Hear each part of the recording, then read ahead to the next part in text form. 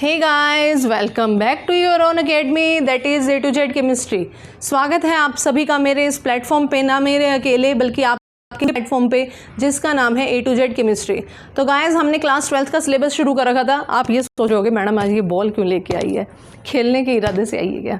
ठीक है, तो देखते हैं। एक कंसेप्ट बताना है। कंसेप्ट तो क्या बताना है, वैसे ही बस बॉल मेरे हाथ में थी तो मैंने कहा चलो आपके साथ एक बार बॉल से खेल लें। तो जो टॉपिक हमारा चल रहा है एक्टिवेशन एनर्जी स्टार्ट करने जा रही हूँ मैं। उसके लिए ये आ गया मेरा बेटा, कह रहा बॉल छोड़ दो, ये लो कैच,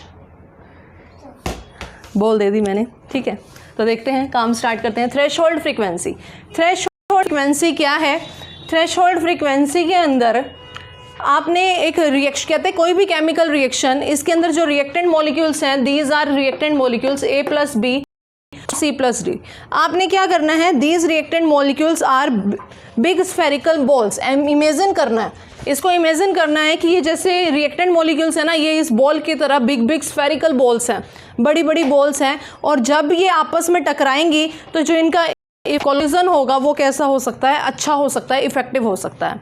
कहता है if the big spherical balls are collide to each other, जब ये आपस में टकरा रही हैं, और जब टकरा रही हैं देयर कोलॉइजन शुड बी इफेक्टिव। उसका जो कोलॉइजन है वो कैसा होना चाहिए? इफेक्टिव होना चाहिए। ऐसी एनर्जी जब कोलॉइजन इफेक्टिव हो, वो एनर्जी कम से कम कितनी एनर्जी की रिक्वायरमेंट होती है? वो एनर्जी क्या कहलाती है? हमारी थ्रेशहोल्ड एनर्जी। वो एनर्जी क्या कहलाती है? The minimum amount of energy या amount of energy required to maintain the collision effective। collision को इफेक्टिव बनाने के लिए जितनी कम से कम एनर्जी रिक्वायर्ड है वो एनर्जी कहलाती है थ्रेशहोल्ड एनर्जी। और इस एनर्जी को करवाने के लिए जितनी फ्रीक्वेंसी की ज़रूरत होती है वो फ्रीक्वेंसी क्या कहलाती है? Threshold frequency. ये एक छोटी सी बात थी जो एक नंबर के क्वेश्चन में कई बार आपसे पूछी जा सकती है। आज का जो हमारा मेन टॉपिक है, ये तो वैसे ही बता दिया मैंने, आज का जो मेजर टॉपिक स्टार्ट होने वाला है वो टॉपिक बहुत इंपॉर्टेंट है भाई। That is top most important topic of the class, that is activation energy या आर्हीनियस इक्वेशन का कंसेप्ट। आर्हीनियस इक्वेशन के इस कंसेप्ट को हमने स्टार्ट करना है।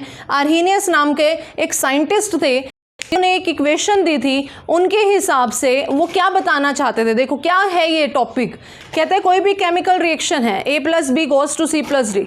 इस केमिकल रिएक्शन के ऊपर टेम्परेचर का क्या इफेक्ट पड़ता है? कोई भी केमिकल रिएक्शन है, आप टेम्परेचर चेंज कर देते हो, टेम्परेचर बढ़ाते हो, टेम्परेचर घटाते हो, उसकी एनर्जी कितनी रिक्वायरमेंट होती है, कितनी चाहिए, कितनी वो एब्जॉर्ब करता है।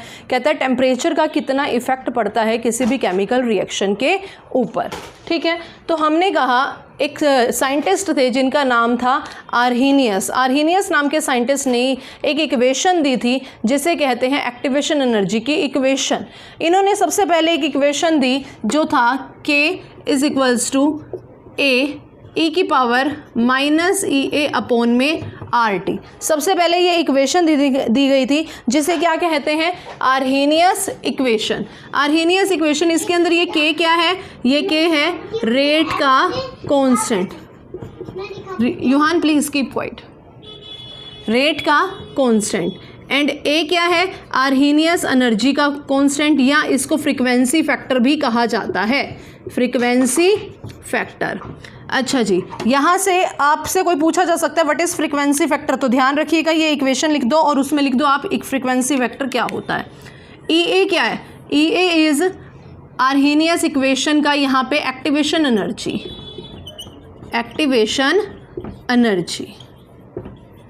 और R क्या है? गैस का कांस्टेंट। T क्या है? टेम्परेचर। ठीक है, तो एक नंबर का question what is Arrhenius equation. अब इस आर्हीनियस इक्वेशन के हिसाब से हम देखते हैं टेम्परेचर का क्या इफेक्ट है। आइए देखते हैं। टेम्परेचर के इफेक्ट को करने के लिए सबसे पहले हमने क्या लिया, इस जो ये इक्वेशन है इसको एक बार दोबारा लिख लिया कि a e की power minus E A upon में R T. Taking log on both side, taking natural log ले लो, टेकिंग नेचुरल log मतलब ln ऑन बोथ साइड, ठीक है। ln k is equals to ln a e की power minus E A upon में R T. ln k अच्छा, अब यहाँ से ln a डॉट b है तो आपके पास एक रिलेशनशिप लग गया, ln a plus ln e minus E A upon में आर टी। जैसे कि आपको पता है ln नेचुरल लॉग और e इज़ द एक्सपोनेंशियल, दोनों एक दूसरे के क्या होते हैं, उल्टा होते हैं। जैसे एक प्लस है तो माइनस होगा, एक मल्टीप्लाई है तो एक प्रोडक्ट होगा, ये दोनों आपस में कैंसिल आउट हो जाएंगे, ये दोनों आपस के अंदर क्या हो जाएंगे, 1 हो जाएंगे, और ये वाली जो टर्म है ये उठ के आगे आ जाएगी। तो ये क्या बन गया, ln a minus E A upon में आर टी। ये ई ए छोटा है यहाँ पे, ठीक है। तो ये हमारे पास एक इक्वेशन बन गई जिसको अपन ने क्या ले लिया, इक्वेशन नंबर 1। अब ये जो इक्वेशन नंबर 1 है इस पे हमने कंडीशंस लगानी है, आइए देखते हैं। सबसे पहले मैंने कहा जब आपके पास ये था ln k के इक्वल, जब आपके पास व्हेन t इज़ t1 तो k कितना होगा, k1। जब t t2 है तो k कितना होगा, k2। ये दो कंडीशंस आप किसके अंदर लगा दीजिए, इक्वेशन नंबर 1 के अंदर। तो लगाइए एक एक करके, इक्वेशन नंबर 1 के अंदर आप कंडीशंस लगा रहे हैं। ln k1 is equals to ln a minus E A upon में आर t1। k1 पुट कर दिया, t1 पुट कर दिया, दिस इज इक्वेशन नंबर 2। आइए दोबारा देखते हैं इक्वेशन नंबर 1 को कंडीशन के साथ। ln k2 is equals to ln a minus E A upon में आर t2। ये हमने लगा दी सेकेंड कंडीशन इसके साथ, ये फर्स्ट कंडीशन लगा दी, ये लगा दी सेकेंड कंडीशन। अब इसके बाद क्या करिएगा, थर्ड इक्वेशन को थर्ड इक्वेशन में से सेकेंड इक्वेशन को क्या कर दीजिए, सब्ट्रैक्ट कर दीजिए।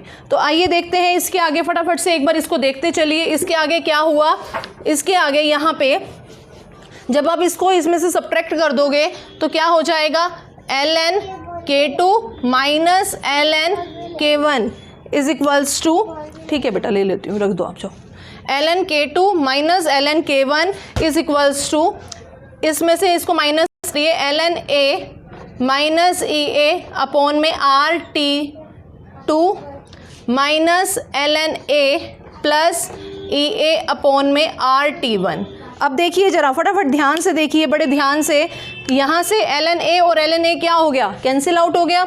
आपके पास आ गया 2 ln है और दोनों आपस में क्या है, माइनस में है। इसको आप इकट्ठा कर लीजिए, क्या आ जाएगा, ln, देखिए ln k2 उनमें k1, इन दोनों के बीच का रिलेशनशिप लगा दिया, ln a minus ln b is equals to ln a by में b इक्वल्स टू, प्लस वाली टर्म मैंने पहले ले ली, E A R T 1 minus E A upon में आर टी 2, ठीक है जी। ln k2 अपॉन में k1 is equals to E A upon R, common आ गया, 1 अपॉन t1 माइनस 1 अपॉन में t2। आई होप सभी को समझ आ रहा होगा, देखते जाइए ध्यान से। अब आपको ये बात पता होगी, ln जब आपने लॉग में कन्वर्ट करना होता है तो 2.303 से मल्टीप्लाई करना होता है। जब ln को लॉग में कन्वर्ट करना होता है तो 2.303 से क्या करना होता है, मल्टीप्लाई। पुट कर दीजिए, ln को क्या पुट कर रहे हो, 2.303 लॉग k2 अपॉन में k1 is equals to E A upon में r, इसका एलसीएम ले लिया, t1 t2 माइनस t1। अब यहाँ से 2.303 को नीचे लेके जाएंगे, क्या हो गया हमारे पास, log k2 बाय में k1 is equals to E A upon में 2.303 r t2 minus t1 upon में t1 t2। तो ये है हमारा, स्टार मार्क कर दो। ये इक्वेशन जो बनी है ये आपने हेंस प्रूव्ड, ये प्रूव करनी थी HP, हेंस प्रूव्ड, ठीक है। ये डेरिवेशन था हमारे पास, that is top most most important derivation for the activation energy.